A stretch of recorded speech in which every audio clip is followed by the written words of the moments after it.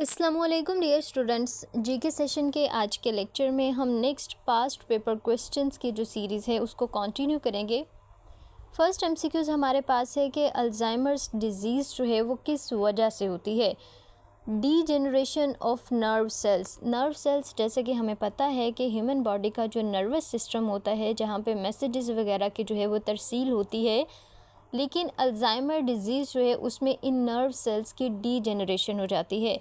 Brain का जो size है ना वो छोटा हो जाता है इस नर्व सेल की डी जनरेशन की वजह से। तो Alzheimer disease that is associated with dementia, जिसको हम अमेंशिया भी कहते हैं, जिसमें मेमोरी लॉस का इशू होता है। यानी कि आपके फ्यूचर में जो चीज़ें हो रही होती हैं आपके मतलब कि डेली रूटीन में, तो आप उनको भूलना शुरू कर देते हैं। थोड़ी देर पहले आपने क्या किया था, कहाँ चीज़ रखी थी, ये सारी चीज़ें जो हैं वो आप भूलना शुरू कर देते हैं। तो ये सिचुएशन जो है वो अल्जाइमर्स डिजीज़ कहलाती है। नेक्स्ट हमारे पास है civilization located on bank of river Tigris. अब जो रिवर टिग्रिस है ना, इसके किनारे पे एक शहर आबाद है, बगदाद। ठीक है, और बगदाद का हमें पता है कि ये कहाँ का है, किस मुल्क का शहर है, इराक़ का। तो इसकी एक सिविलाइजेशन बहुत ज़्यादा फेमस है, समारियन सिविलाइजेशन।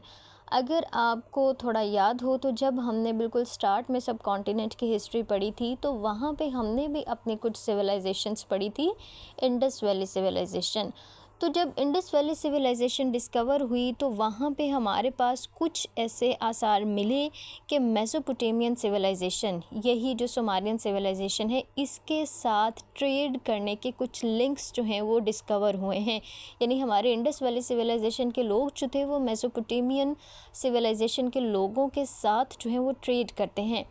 अब देखिए, अगर हम करंटली जो है वर्ल्ड मैप देखते हैं तो हमें पता है कि पाकिस्तान की लोकेशन क्या है और ये इंडस वैली सिविलाइजेशन कहाँ पे थी और इराक़ हमारा जो है वो कहाँ पे है। तो एक चीज़ जो सुमेरियन सिविलाइजेशन से रिलेटेड बहुत ज़्यादा फेमस है कि इन्होंने फर्स्ट व्हील्ड व्हीकल जो है वो डिस्कवर की थी, यानी ऐसे व्हीकल जिसका पहिया था। ठीक है, तो इस वजह से ये काफ़ी ज़्यादा फेमस है कि ये मुख्तलिफ सिविलाइजेशंस के साथ जो है वो ट्रेड करते थे।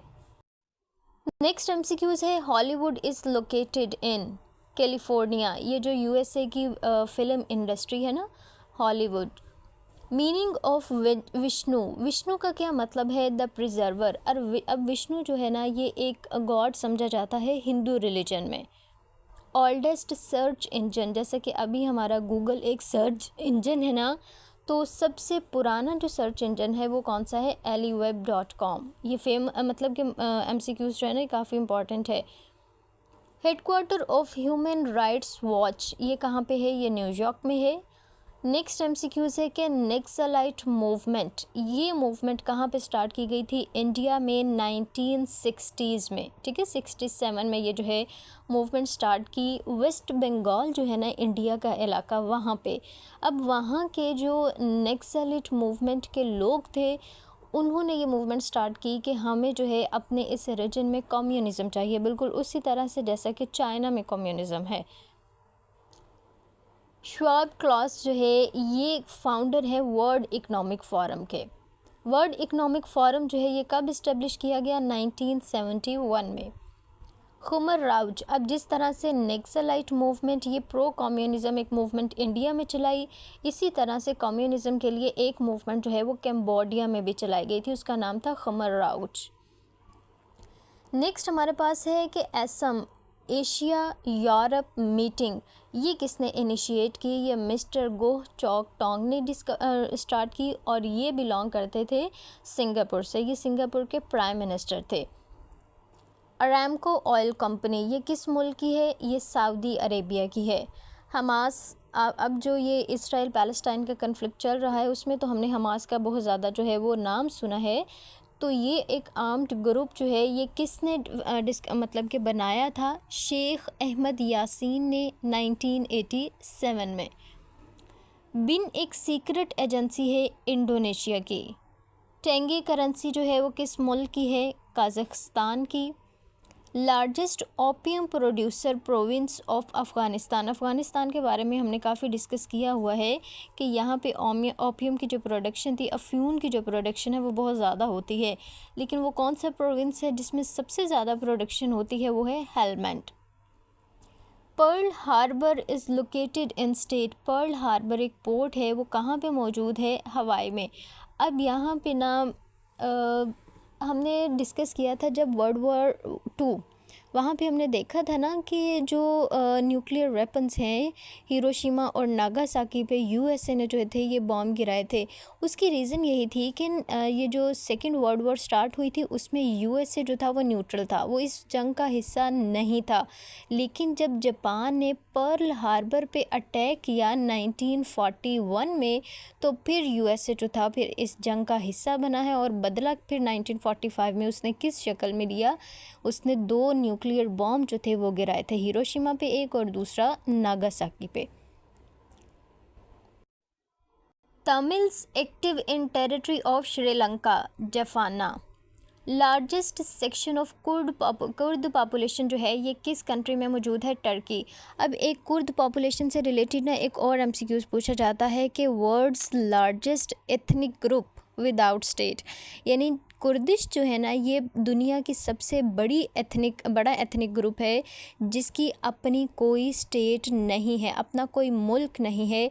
इसकी पॉपुलेशन जो है ना, कुछ लोग किसी मुल्क में रहते हैं, कुछ जैसा कि तुर्की में हमने कहा कि यहाँ पे इनका एक बड़ा ग्रुप रहता है। बाकी सेंट्रल एशियन रिपब्लिक्स जो हैं वहाँ पे कुर्दिश बहुत ज़्यादा है, कुछ चाइना के इलाकों में है और बाकी कुछ यूरोप में, यूएसए में। तो यहाँ पे मुख्तलिफ़ ममालिक में ये पॉपुलेशन जो है, ये ग्रुप जो है वो फैला हुआ है। इनकी अपनी कोई स्टेट जो है वो मौजूद नहीं है। तो ये भी एमसीक्यूज़ याद रखिएगा। लुकंट एंड कैडिमा, ये 2 पॉलिटिकल पार्टीज़ हैं, ये किस कंट्री की हैं? इज़राइल की। पाकिस्तान ने पहला स्पेस सैटेलाइट जो है वो कब लॉन्च किया था? 1990 में, और इसका नाम क्या था? बदर 1। About 40% of world oil is transported through strait of Hormuz. Strait of Hormuz जो है ये हमने जब बिल्कुल स्टार्ट वाले लेक्चर्स पढ़े थे वहाँ पे हमने डिफरेंट स्ट्रेट्स जब देखी थी तो स्ट्रेट ऑफ हॉर्मज़ का भी जिक्र किया था। लेकिन अभी मैं मैप के ज़रिए आपको थोड़ा सा दोबारा यहाँ पे बता देती हूँ कि अगर ये वाला पोर्शन हम एशिया और यूरोप वाला ड्रॉ करते हैं, ये हमारे पास इंडिया आ गया, यहाँ पाकिस्तान है, ईरान है, फिर आगे से अगर हम अरेबियन पेनिनसुला बनाएं यहाँ पे, और नीचे हमारे यहाँ पे आ गया अफ्रीका। चलें अब यहाँ पे देखें, ये इंडिया है, ये पाकिस्तान, और यहाँ पे ईरान है, ईरान के आगे फिर दूसरे ममालिक।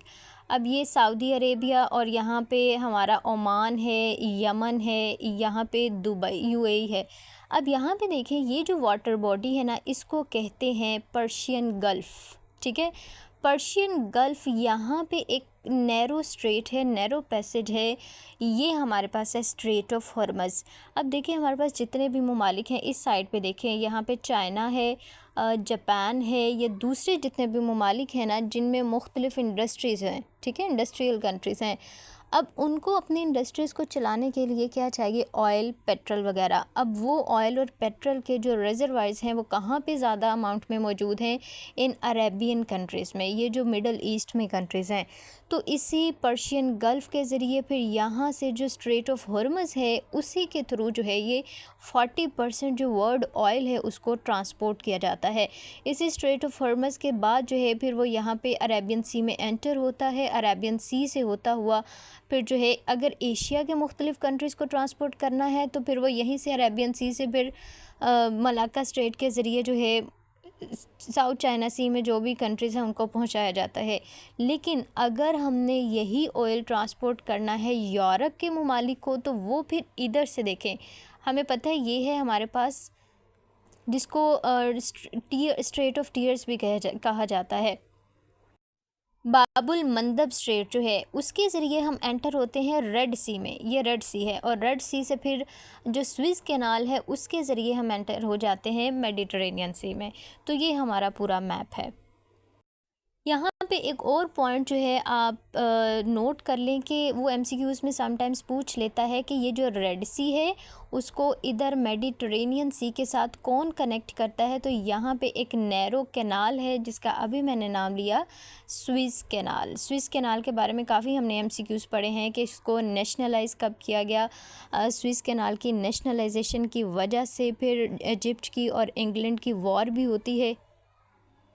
चले नेक्स्ट हम देखते हैं कि निपन जो है ये एक स्टॉक एक्सचेंज मार्केट है और ये किसकी है, ये जापान की है। थ्री गॉर्जेस डैम, ये बहुत लार्जेस्ट डैम में इसका शुमार होता है और ये कहाँ पे मौजूद है, चाइना में। Philately that is stamp collection, टिकटों का जो मजमूआ होता है ना, ये एक हॉबी होता है, वो हमारे पास फिलेटली कहलाता है। मैडाम टिसार्ट जो म्यूज़ियम है वो कहाँ पे मौजूद है, वह लंदन में है। अफ़गानिस्तान के लास्ट किंग कौन से थे, मोहम्मद ज़ाहिर शाह। ग्रीन वेजिटेबल्स जो होती हैं उनमें किस चीज़ की मिकदार बहुत ज़्यादा होती है, विटामिन्स की और मिनरल्स की। Vitamin which can not be stored in human body, एक विटामिन ऐसा है जो हमारी बॉडी में स्टोर नहीं होता, फ़ौरन से बॉडी से जो है वो रिलीज़ कर दिया जाता है, तो वो है हमारे पास विटामिन सी। अब एक और एमसीक्यूज़ वो पूछता है कि विटामिन ए जो है वो कहाँ पे हमारी बॉडी में स्टोर होता है, तो ये लिवर में स्टोर होता है, ये भी एमसीक्यूज़ याद रखिएगा। कुरान की बात की जाए तो कुरान को सबसे पहले किस लैंग्वेज में ट्रांसलेट किया गया था, पर्शियन लैंग्वेज में, और किसने किया था, शाह वलीउल्लाह ने। पॉपुलेशन के अकॉर्डिंग इंडिया की वो स्टेट जो लार्जेस्ट है, यानी सबसे ज़्यादा पॉपुलेशन जहाँ पे मौजूद है वो यूपी उत्तर प्रदेश में मौजूद है। एरिया वाइज लार्जेस्ट पॉपुलेशन के अकॉर्डिंग यूपी है, लेकिन अगर हम एरिया की बात करें तो इंडिया की सबसे बड़ी स्टेट जो है वो राजस्थान है। फिलॉलॉजी जो है it is the study of languages. Human body का सबसे स्ट्रॉन्गेस्ट मसल जो है वो जॉ मसल है, जबड़े का जो है, और शॉर्टेस्ट बोन है स्टेप्स ये हमारे कान के अंदर छोटी छोटी 3 हड्डियां जो हैं वो मौजूद हैं। लॉन्गेस्ट एंड स्ट्रॉन्गेस्ट बोन, हमने शॉर्टेस्ट और स्ट्रॉन्गेस्ट मसल का पढ़ा है, शॉर्टेस्ट बोन का पढ़ा। अब देखते हैं कि लॉन्गेस्ट और स्ट्रॉन्गेस्ट बोन कौन सी है, तो वो हमारी फेमर है। ट्रैकोमा डिजीज़ ये एक आई डिजीज़ है। नेक्स्ट है हमारे पास मलेरिया इफ़ेक्ट्स। मलेरिया जब किसी इंसान को होता है तो वो उस इंसान के किन ऑर्गन्स को इफ़ेक्ट करता है, स्प्लीन और लिवर को। First person to fly across English channel, Louis Bleriot. Rickets कौन सी डिज़ीज़ है, ये बोन्स की डिज़ीज़ है। रेडियो एक्टिविटी जो है इसका प्रोसेस सबसे पहले किसने डिस्कवर किया था, हेनरी बेकरल ने। रेडियो एक्टिविटी क्या होती है, ये एक ऐसा प्रोसेस होता है जिसमें हेवी न्यूक्लियस जो होते हैं, हेवी मेटल्स जो होती हैं, उनमें से कुछ रेस जो हैं वो निकलती हैं, यानी कि फिशन के ज़रिए वो ख़ुद ही हेवी मेटल्स जो हैं वो लाइट मेटल्स में खुद ही कन्वर्ट हो जाती हैं, और इस प्रोसेस में जो रेस निकलती हैं वो रेडियो एक्टिव रेस कहलाती हैं, और वो मेटल्स जो ये प्रोसेस शो करती हैं वो रेडियो एक्टिव मेटल्स कहलाती हैं, जैसे कि हमने पढ़ी हुई हैं, यूरेनियम है, प्लूटोनियम है। ब्रिटेन की सबसे पुरानी यूनिवर्सिटी, ओल्डेस्ट यूनिवर्सिटी जो है वो कौन सी है, ऑक्सफोर्ड है। सुंदा स्ट्रेट जो है ये किसको सेपरेट करती है, ये सुमात्रा आइलैंड और जावा आइलैंड को, ये दोनों आइलैंड्स जो हैं ये इंडोनेशिया के हैं। बिग बेन ये क्या है, ये क्लॉक है, एक क्लॉक टावर आपने अगर देखा हो ब्रिटिश पार्लियामेंट की बिल्डिंग पे, तो ये कंस्ट्रक्शन इसकी हुई थी 1859 में, 59 में कंप्लीट हो गई थी। तो वो यही ये पूछता है कि ये क्लॉक जो है इसको कब प्लेस किया गया था, 1859 में। पेंसिलिन जो है ये किसने डिस्कवर की, ये अलेक्जेंडर फ्लेमिंग ने डिस्कवर की। अब यहाँ पे हम ना नेक्स्ट दो जो है डिक्लेरेशंस के बारे में पढ़ते हैं। एक तो हमारे पास है कि ब्रिटिश गवर्नमेंट ने ना 1917 में एक चीज़ अनाउंस की थी कि हम, जैसा कि जो यहूदी थे ना उनकी भी कोई भी जो थी एक प्रॉपर स्टेट मौजूद नहीं थी। बहुत दफ़ा जो यहूदी थे उन्होंने ये मूवमेंट चलाई कि हमें जो है एक बाकायदा स्टेट दी जाए। तो जब हमारे पास वर्ल्ड वार 2 चल रही थी तो ब्रिटेन और फ्रांस इन दोनों ने जर्मनी में मौजूद जो ज्यूज़ थे उनसे मुआहदा किया कि हम आपको जो है एक अलहदा स्टेट बना के देंगे, आपने करना ये है कि इस वर्ल्ड वार 2 में हमारा साथ दें, जर्मनी का साथ ना दें। हालांकि वो लोग जो थे वो जर्मनी में ही रहते थे, इसीलिए हम पढ़ते हैं कि जो नाज़िज़म था, जो हिटलर था, उसने इन यहूदियों को बहुत ज़्यादा उनके अगेंस्ट जो थी वो एक मूवमेंट स्टार्ट की, ऑपरेशन स्टार्ट किया और बहुत सारे यहूदियों को जो था वो मार दिया था। अब यहाँ पे होता क्या है, सबसे पहले तो ये ब्रिटेन और फ्रांस एक सीक्रेट एग्रीमेंट साइन करते हैं 1916 में। इसको कहते हैं स्काइस पिकेट एग्रीमेंट। इस एग्रीमेंट में इन्होंने ना डिसाइड कर लिया था कि जब वर्ल्ड वॉर 1 ख़त्म होगी, सॉरी ये वर्ल्ड वॉर 2 लिखा है, ये वर्ल्ड वॉर 1 की मैं बात कर रही हूँ। वर्ल्ड वॉर 1 में उन्होंने ये कहा था कि हम क्या करेंगे कि आपको एक स्टेट बना के देंगे, ठीक है। बाद में बनाई उन्होंने, वर्ल्ड वॉर 2 के बाद ही प्रॉपरली वो स्टेट बनी थी, लेकिन सेटलमेंट जो थी ना वो वर्ल्ड वॉर 1 के बाद हो गई थी। अब 1916 में स्काइस पिकेट जो एग्रीमेंट साइन हुआ उसमें फ्रांस और ब्रिटेन उन्होंने मिलकर कहा कि जब वर्ल्ड वॉर 1 ख़त्म होगी तो जो हमारे पास ऑटोमन एम्पायर के मुख्तलिफ़ कंट्रीज़ हैं ना उनको हम आपस में बांट लेंगे, कुछ फ्रांस के पास चले जाएंगे, कुछ जो हैं वो ब्रिटेन के पास चले जाएंगे। तो इसी वजह से फिर उन्होंने 1917 में एक डिक्लेरेशन अनाउंस किया। ये जो 1916 में एग्रीमेंट हुआ था ये एक सीक्रेट एग्रीमेंट था, लेकिन 1917 में उन्होंने एक क्लियर डिक्लेरेशन अनाउंस की कि हम ज्यूइश की जो है वो एक सेपरेट स्टेट इस्टेब्लिश करेंगे पैलेस्टाइन में, और ये डिक्लेरेशन हमारे पास कहलाता है बाल्फोर डिक्लेरेशन। इंसुलिन किसने डिस्कवर की? डॉक्टर एफ.जी. बेंटिंग ने। पोलियो किसने डिस्कवर की? जोहानस सॉक ने। एस्कॉर्बिक एसिड किसका नाम है? ये विटामिन सी का नाम है। रोहर कोल फील्ड जो है वो कहाँ पे मौजूद है? ये जर्मनी में है। एटाकामा डेजर्ट ये कहाँ पे मौजूद है? ये चिली में है। पुअर नाइट विजन, इसको नाइट ब्लाइंडनेस भी कहते हैं, ये किसकी डेफिशिएंसी की वजह से होती है? ये विटामिन ए की डेफिशिएंसी की वजह से होती है। अब ओवर हीटिंग की वजह से फूड में कौन सा हमारे पास जो है विटामिन होता है जो डिस्ट्रॉय हो जाता है? Vitamin C. Largest organ in human body, skin. अब स्किन को, इसके बारे में जब हमने अपना जनरल साइंस का पोर्शन पढ़ा था वहाँ पे भी डिस्कशन की थी कि वो 2 तरह से एमसीक्यूज़ देता है। अगर वो जनरली पूछता है कि largest organ of the body और उसने एमसीक्यूज़ में आपको स्किन का ऑप्शन दिया है तो आप स्किन को ही सेलेक्ट करेंगे। लेकिन समटाइम्स वो स्टेटमेंट इस तरह से देता है कि which is the largest organ of body, यानी कि इनर ऑर्गन्स में से सबसे लार्जेस्ट कौन सा है, तो वो हमारे पास आ जाता है liver. Blood doesn't coagulate inside the body due to the presence of. अब देखिए हमारी बॉडी में जो ब्लड होता है ना उसमें, उसे ब्लड में ना एक तरह की प्रोटीन्स भी होती है जो ब्लड को कोएगुलेट करती है, जमा देती है। जैसे कि अगर हमारी बॉडी पे कहीं पे भी कट लगता है ना तो जब खून बाहर निकलता है वहाँ से तो खुद ही बॉडी जो है वो प्रोसेस करके उस खून को जमाना शुरू कर देती है ताकि ब्लड का जो फ़्लो है उसको रोका जा सके।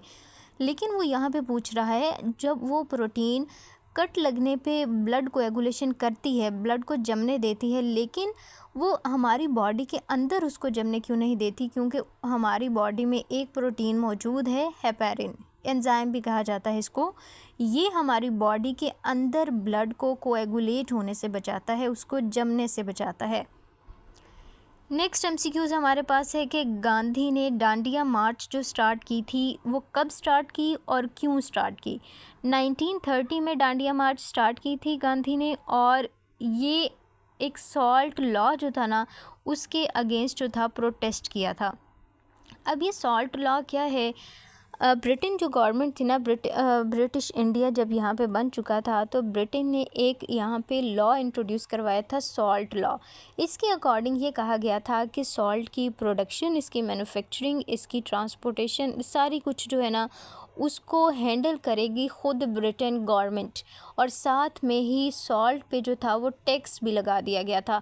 तो गांधी ने फिर ये मूवमेंट चलाई कि सॉल्ट जो है ना ये एक बेसिक नीड है, हर एक बंदे की ज़रूरत है, क्योंकि खाना अगर खाना है तो ऑब्वियसली उसको पकाने के लिए उसके अंदर साल्ट जो है वो यूज़ होता है। तो इस टैक्स के अगेंस्ट था जो एक प्रोटेस्ट स्टार्ट किया गया था जिसको डांडिया मार्च कहा गया था। Graveyard of red blood cell किसको कहा जाता है? अब देखिए रेड ब्लड सेल की प्रोडक्शन के बारे में हमने पढ़ा था कि रेड ब्लड सेल्स जो हैं वो प्रोड्यूस होते हैं बोन मैरो में, हड्डियों का जो गूदा होता है वहाँ पे।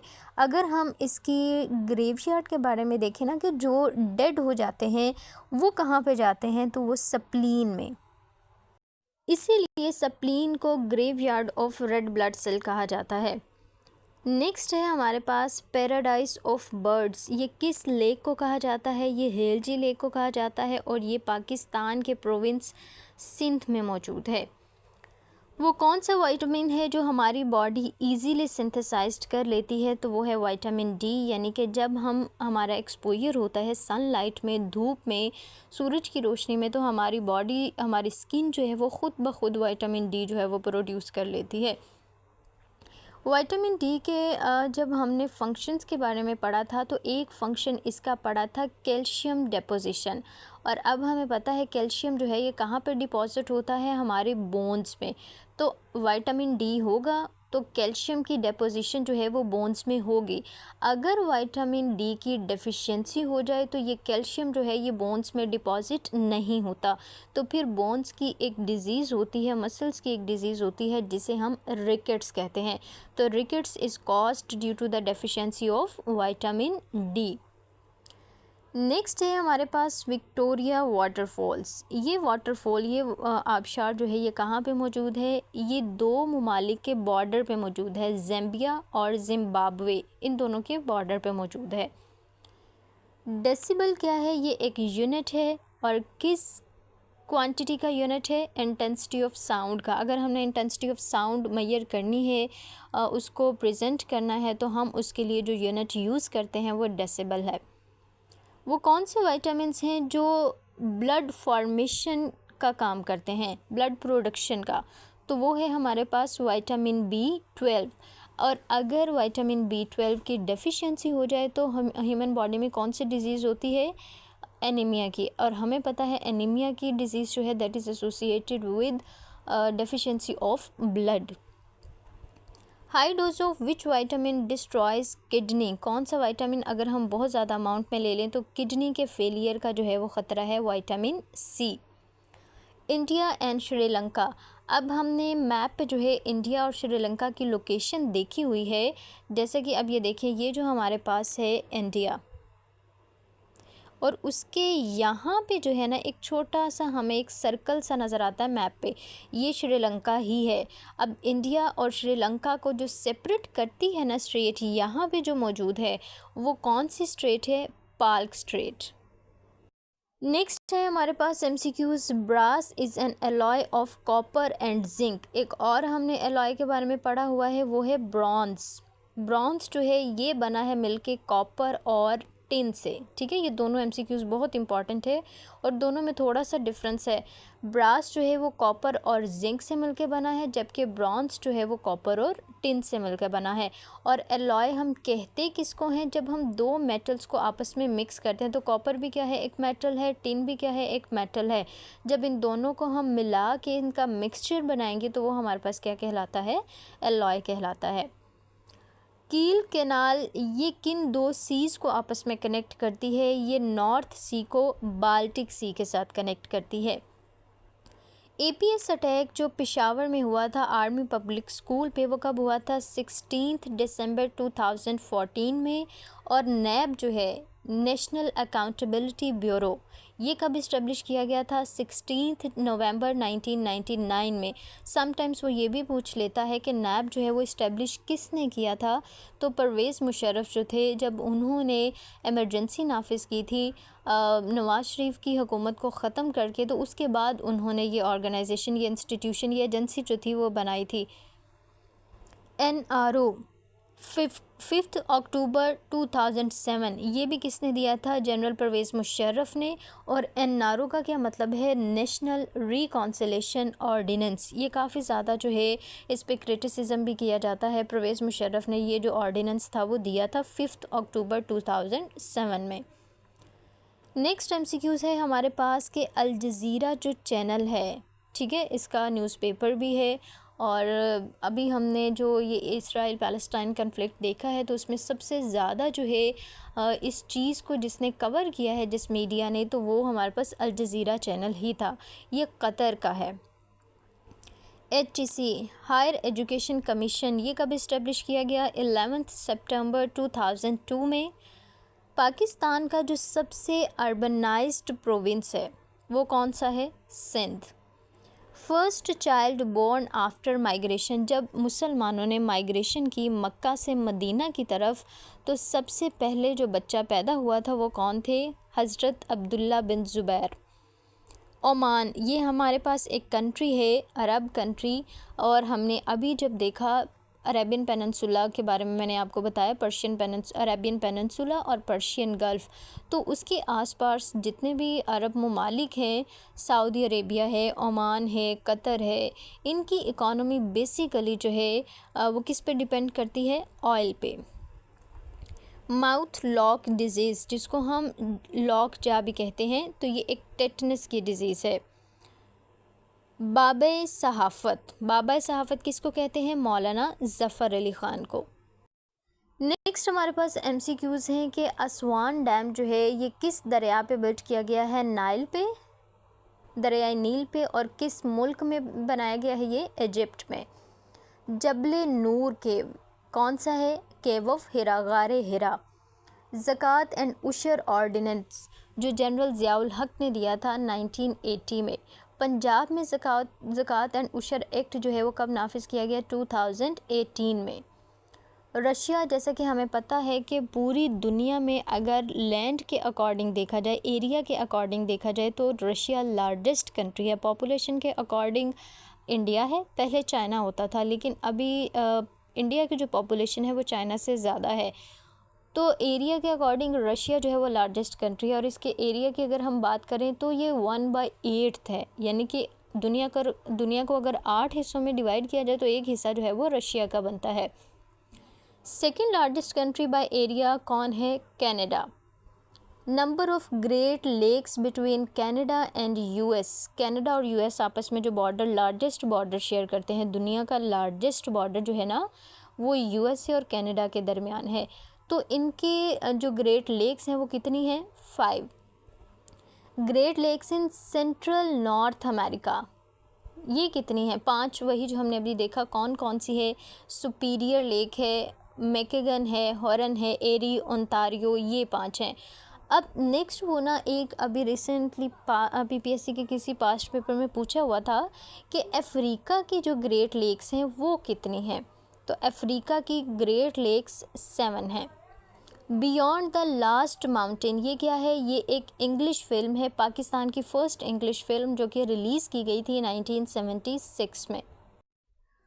पाकिस्तान वॉलीबॉल फेडरेशन ये कब बनाई गई? 31 जनवरी 1955 में। Handball game introduced, handball game जो है वो किसने इंट्रोड्यूस करवाई? डेनमार्क ने। और कब इंट्रोड्यूस करवाई? 1897 में। टेबल टेनिस का जो स्ट्रोक चॉप होता है वो क्या है? वो एक डिफेंसिव स्ट्रोक है।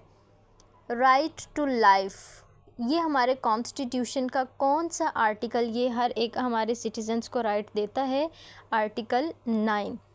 इस्लामिक रिपब्लिक्स इन वर्ल्ड, पूरी दुनिया में ना 4 कंट्रीज़ ऐसे हैं जिन्होंने अपने कॉन्स्टिट्यूशंस में ख़ुद को इस्लामिक रिपब्लिक डिक्लेयर किया हुआ है। एक उसमें पाकिस्तान है, एक अफ़गानिस्तान, एक ईरान, और नेक्स्ट है मौरितानिया के बारे में वो ज़्यादा पूछता है। Blood occupies percentage of body's weight, हमारी बॉडी का कितने परसेंट जो है वेट हमारी ब्लड का है? 7%। 1 byte is equal to 8 bits, ये कंप्यूटर वाले पोर्शन में हम सारा डिस्कस करके आए हैं। कुलभूषण जाधव जो है ये क्या थे? ये एक स्पाई था, इंडिया की तरफ से आया था और पाकिस्तान में दाखिल हुआ था ईरान के थ्रू। तो इसको अरेस्ट कहाँ से किया गया? मशखेल जो कि बलूचिस्तान का इलाका है, और इस कब अरेस्ट किया गया था? 3 मार्च 2016 में। लाइट हाउस ऑफ एलेक्जेंड्रिया ये कहाँ पे मौजूद है? इजिप्ट में है।